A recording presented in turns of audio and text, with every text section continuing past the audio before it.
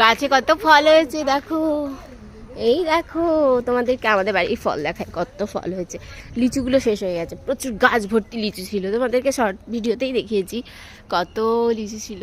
এই দেখো বেদানা, তারপরে এই দেখো ওদিকে লিচু গাছে আছে এখন 2-4টা, আর আম গাছে তো আম একদম ভরে ভরেই আছে, 3-4টে আম গাছ।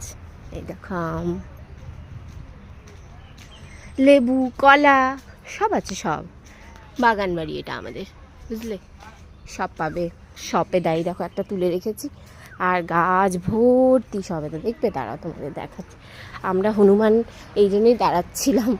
হ্যাঁ, জামরুল আছে, জাম আছে, সবেদা আছে, আতা আছে, ওই দেখো আম, এখানে জামরুল বেঁধে রেখেছে মা, কোথায় গেল?